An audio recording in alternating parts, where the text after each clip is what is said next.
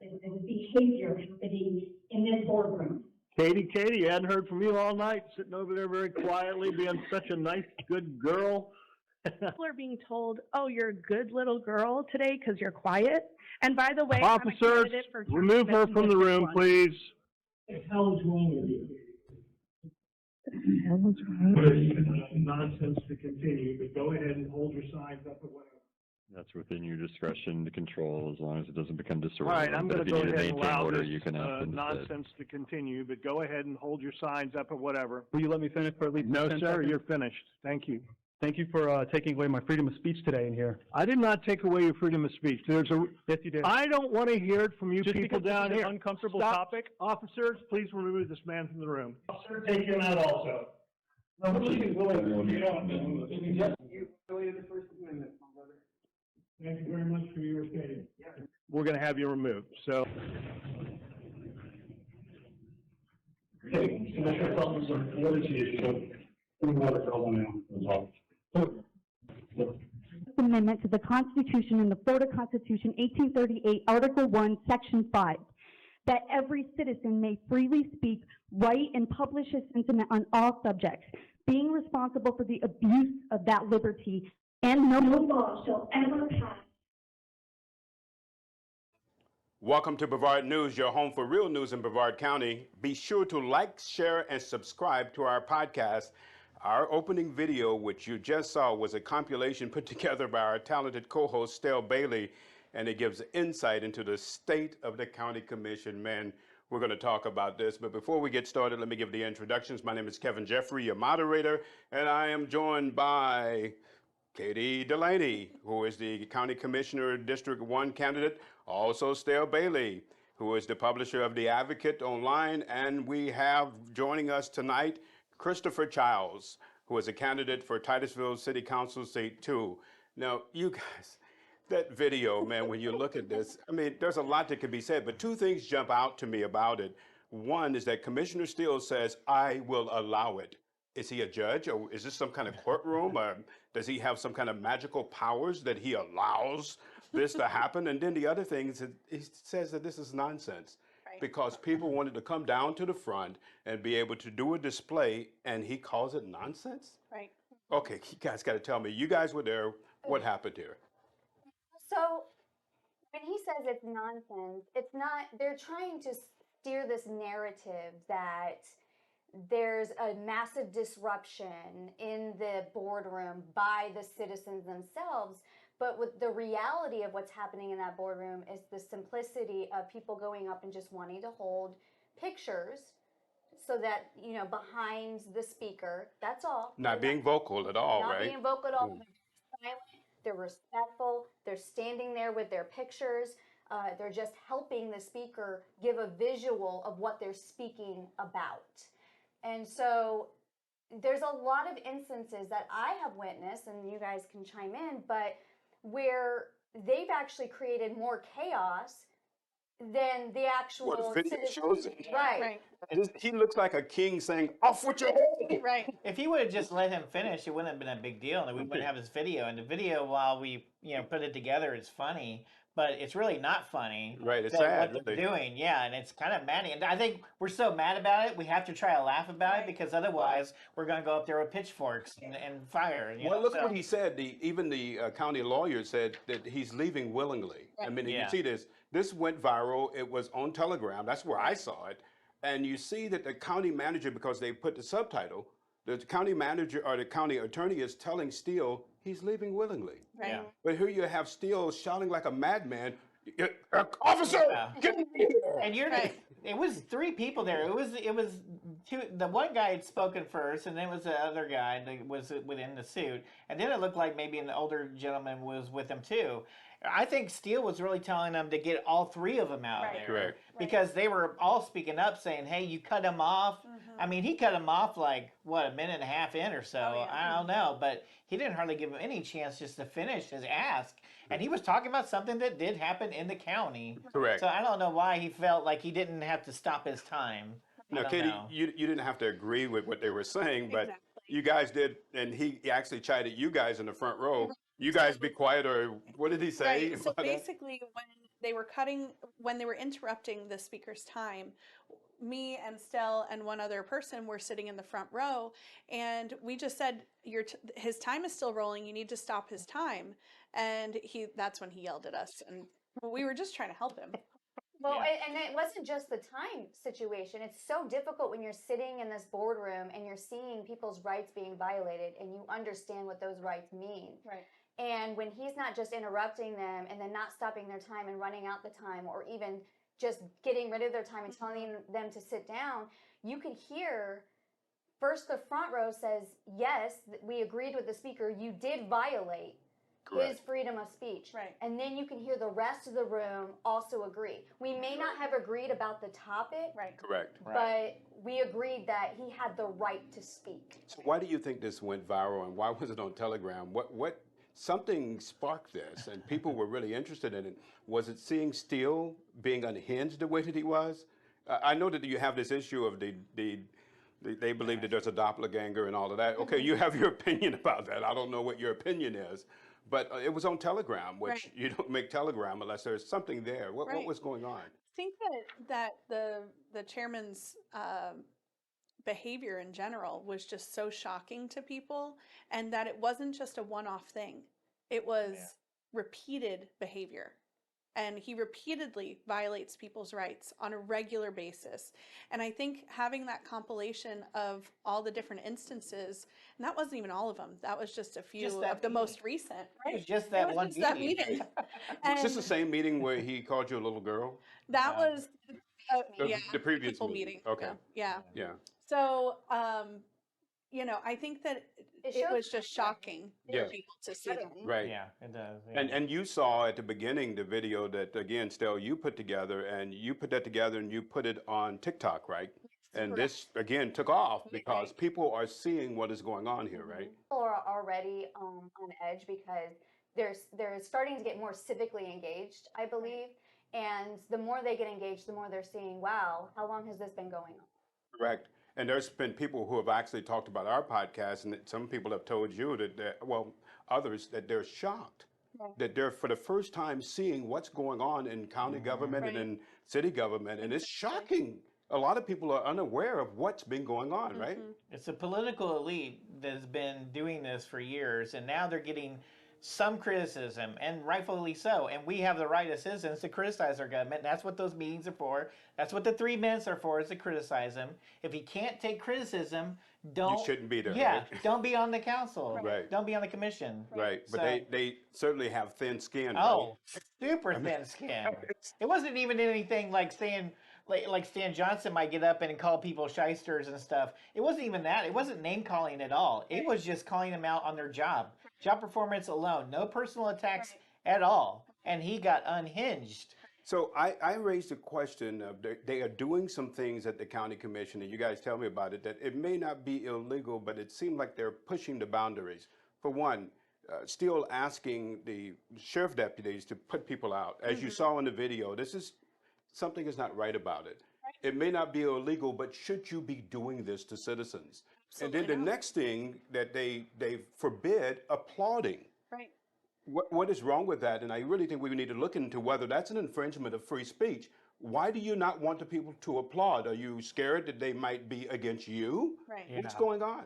Well, I think that they're trying to control the narrative. They want to make the viewers at home believe that their opinions are the only ones that are out there versus, if say somebody goes up and does make a complaint and the room applauds, then the viewers at home would know that the people in the room agree with them. I mean, when they're honoring like firefighters or police or something and are giving them an award, everyone's allowed to applaud in. Correct. That's a good point. Why not? I hadn't thought about When that. a person, a citizens comes up, how is their word any better than a citizen's? It's not. So they seem to be making the rules up on the fly, right? So now they're talking about the county commission coming up with a template to put people out of the county commission. Why would you, what kind of thinking are you doing when all you're thinking about is how you can control people? This doesn't make sense to me, does it?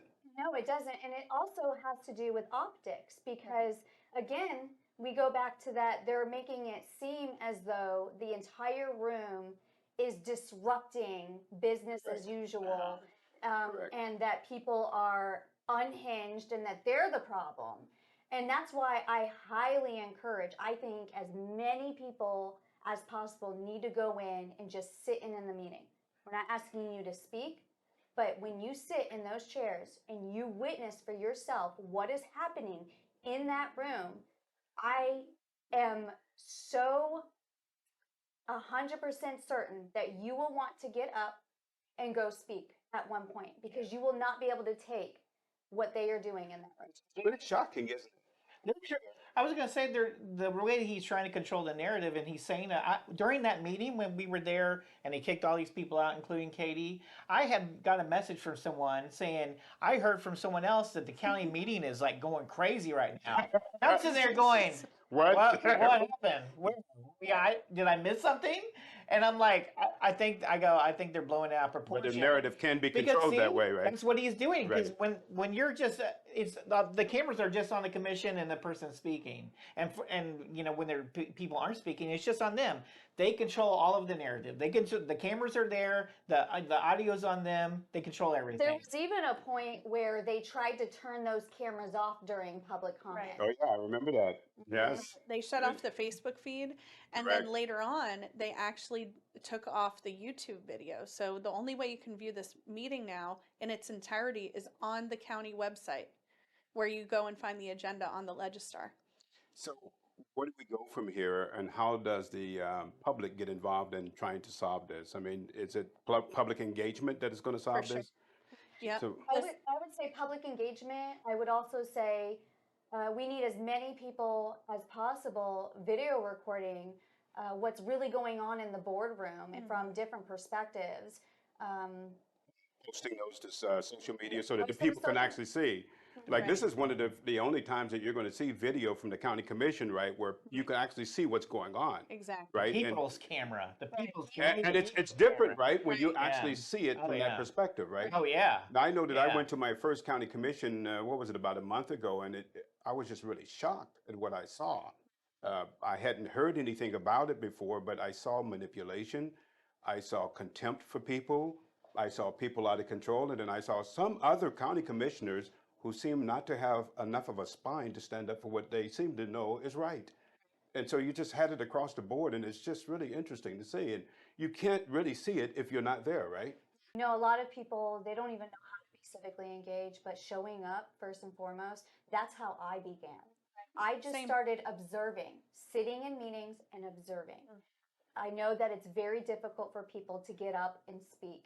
Not everyone is comfortable getting up. It's very nerve-wracking. It takes a while to get used to.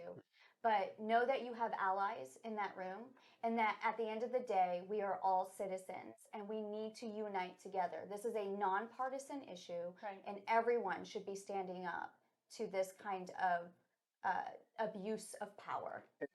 Ironically, and you could speak to this, Katie, I mean, you would think that we're in a conservative county, supposedly the second most conservative county in the state, yet we have conservatives who are really violating the rights of the people of this county. Right. I mean, it's kind of shocking, right? It is. It's really shocking, and it's not any one particular board. It's frankly a lot of our government in Brevard County. I first got started going to school board meetings, and prior to our current school board that we have right now, I mean, it was horrible. I mean, the old chair, she was just downright tyrannical, the way that she operated that room. And I can't believe that Commissioner Steele is worse.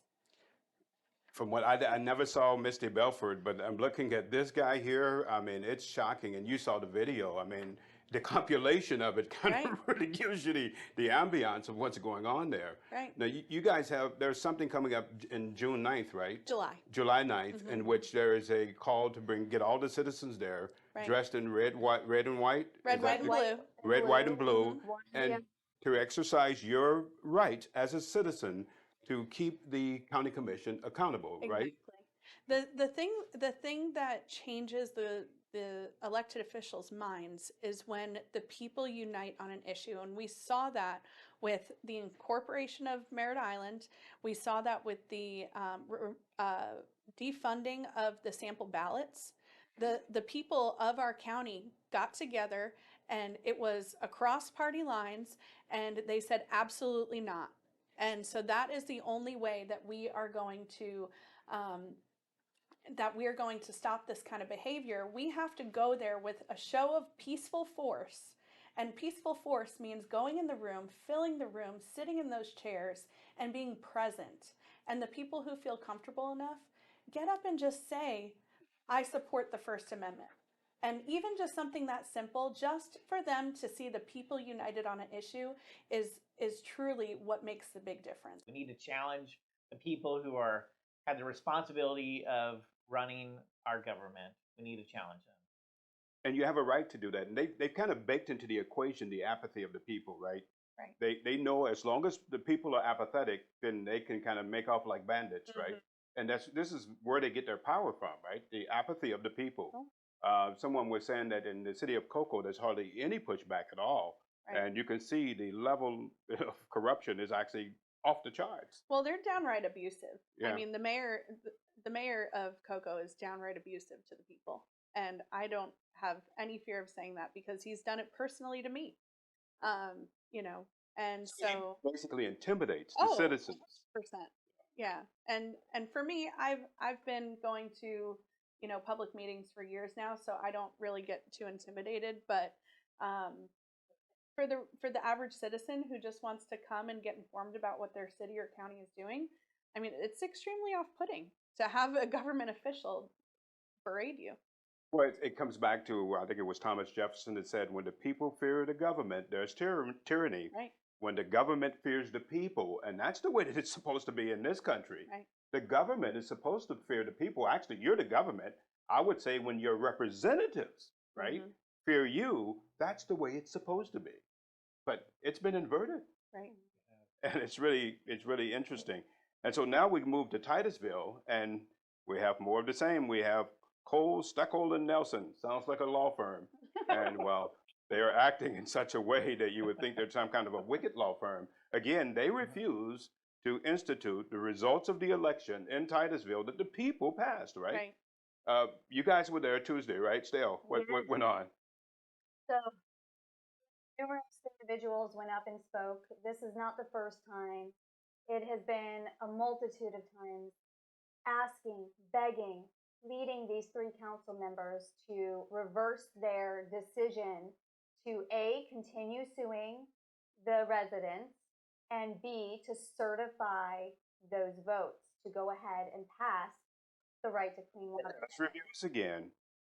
This measure passed by over 80% of the people. Yep. It went to the Titusville City Council. They were supposed to certify it. They sued. A couple of judges, right, have verified that this was legal, certified a vote. They won't even listen to the judges. Am I wrong? But see, that's what they're trying to do now is to turn it around. They said they challenged it because they said it wasn't properly put on the ballot. People didn't know that voted on it what. So now they're calling the people stupid. But now they're trying to gaslight us and say, but it's bad. It would be bad for our city. The time for that argument that's bad for our city was before November 2022. Correct. Not afterwards. And I told them during this last city council meeting, I said, in 2020, there was a survey of Americans done about who loves chocolate. 73% of Americans said they love chocolate. 82% of the Titusville said that they love clean water. So chocolate ain't got nothing on clean water.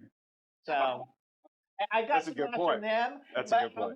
I would have stood up there and made a logical argument, but it doesn't seem to be working on them right now. So what do you guys think? Why would you have so much confidence that you can ignore the people and the voters? You ignore the people that are coming before you like they're nothing. Why do they have so much confidence in doing this? I think it's because they've got special interests backing them. I can't think of any other reason because they've come up with every excuse in the book. 1 minute it's, we have to make sure that it's not like Orange County's rights of nature. It has nothing to do with that. The language is completely different. So every time we address one of their concerns, they go back to something different. Oh, this is going to bankrupt our city. There's going to be so many lawsuits. All these rogue lawyers are going to come in. And so then we explain that's not how this works. They can't just come in and sue you. If the city can prove that they're doing their part, they're covered. And so then they go to something else. And I mean, this has just been an ongoing discussion. The thing that just boggles my mind is if they're not polluting the citizens, if they're not polluting, then they shouldn't Why should have you be anything to concerned? worry about. I Right. mean, this right to clean water has to do with holding polluters accountable. So if they're not polluting, then why are they worried? Okay, so Chris, I have a question for you. Does this Yeah. mean that they're protecting someone else? I mean, like Mark Twain said back in the 1870s, we have the best government money could buy. So, I mean, that's what he said. I'm Yeah. not exactly saying that, but I think there's some interest that some of them have that they want to protect, and that's obviously when you live in this community, you have friends here. Those are bound to weigh into your decision on something, and that's why I'm for term limits because Correct. it's like having locks on your garage. It keeps honest people honest.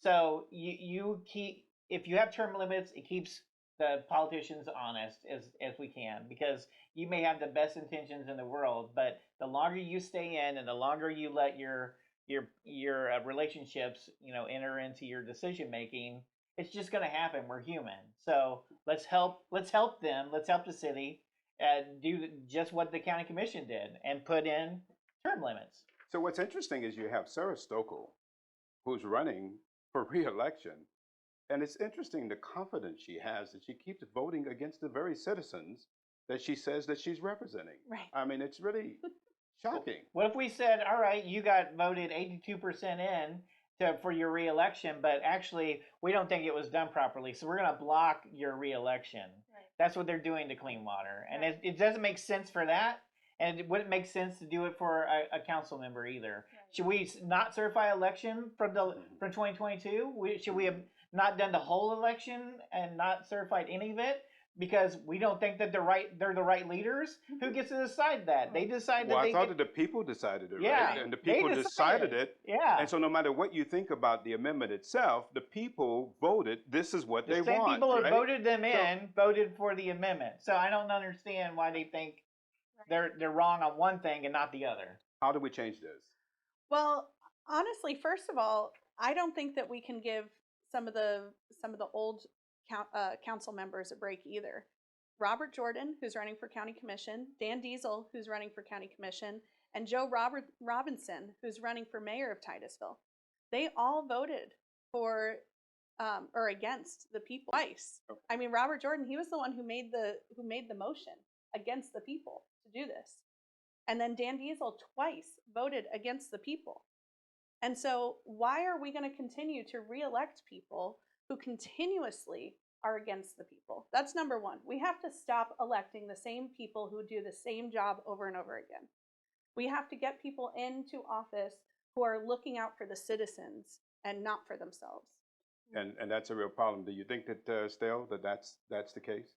Yes, I do. And I think that the people need to be looking at actions more than words. Because oftentimes these politicians will be out there talking a good game, but they're not doing what they say they're doing. And this is the perfect example of that. And you have an opportunity now in November to vote for someone who will uphold your constitutional right and honor your vote, or to vote them out. And as far as the other two that are not up for re-election, you have an opportunity to recall them. Correct. And that's always the opportunity there.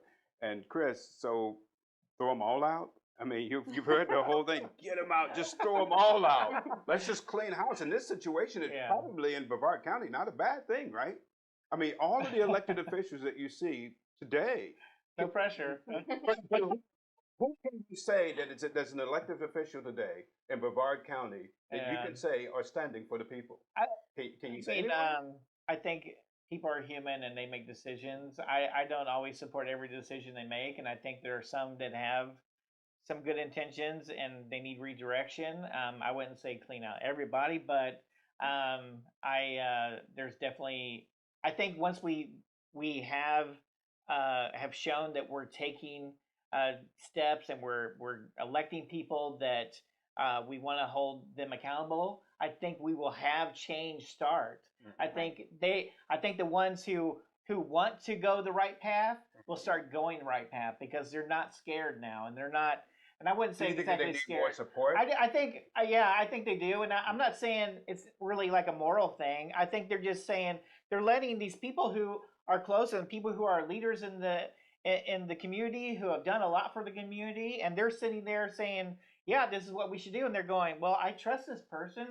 This person I've grown up with, I go to church with. I think they're making a good decision, or at least I trust their intentions." So they're sitting there going, "Well, I guess I should go along with them because I trust them, and maybe I don't have as much information as some other people, so I'm just going to go along with it." And I think that's what's happening a lot. And I think if we get people in like me and Katie and some other people who want to hold the government accountable, I think the others will start to think, "Oh, maybe we shouldn't do this anymore, or maybe we should start listening to, let's go out and listen to more people, and let's go door knocking and talk to people."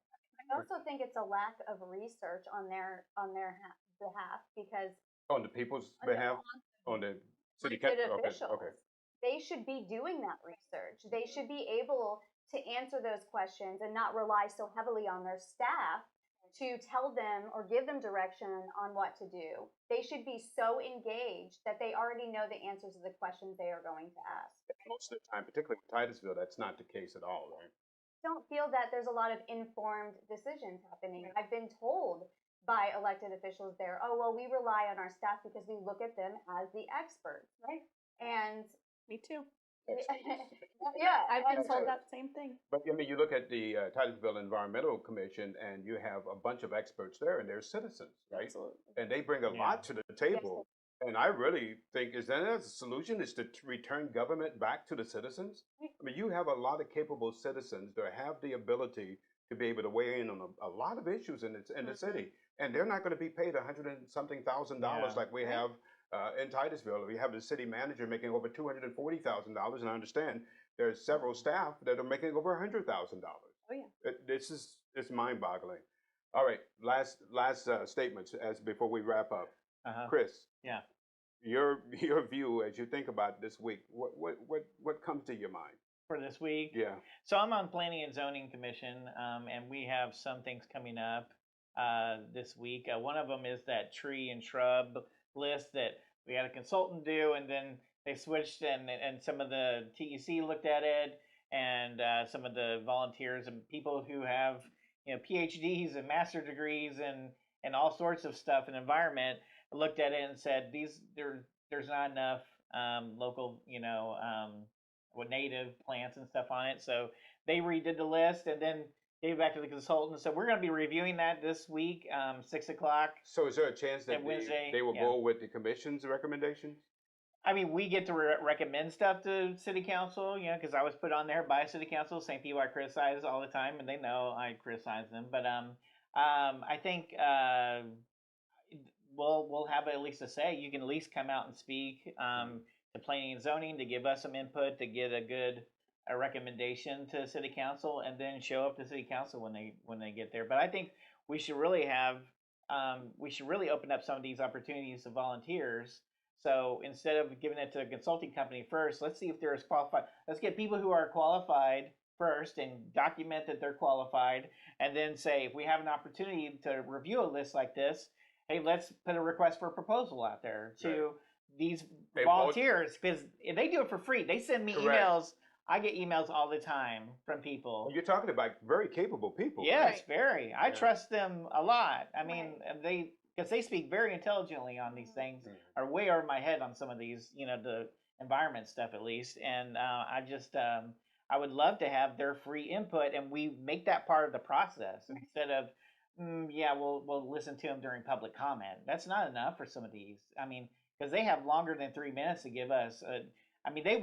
They'll get the agenda on Friday, and they'll have something to us by Wednesday. I'll get emails on Monday, Tuesday, Wednesday from these people with their whole pages, 2-3 pages of information of what their recommendation is. So that's impressive. They worked all weekend to get this to us. Stale, what's wrong with returning government back to the people? I mean, is it possible that a lot of this stuff that staff is doing that the citizens can do it? I believe the citizens can do it. The TEC is the perfect example of that. These boards are the perfect example of that. Unfortunately, I don't believe that the city council is really respecting or listening to a lot of these boards because they seem to, take staff direction or whoever the special interests are. But I do believe that we could give this back to the citizens. We could have board ran government and it would be very successful. Yeah, because they don't have a dog in the fight. Right? They're doing it voluntarily, Just not they love making their any money. community. So what do you think, Katie? Yeah, I'm all for bringing the citizens into the conversation. I mean, it is our community after all. Right. And as for what's going on this week, there is the fire negotiations on June 12th. And I'm going to try to go live during that because they're supposed to be bringing a wage package to the firefighters on June 12th.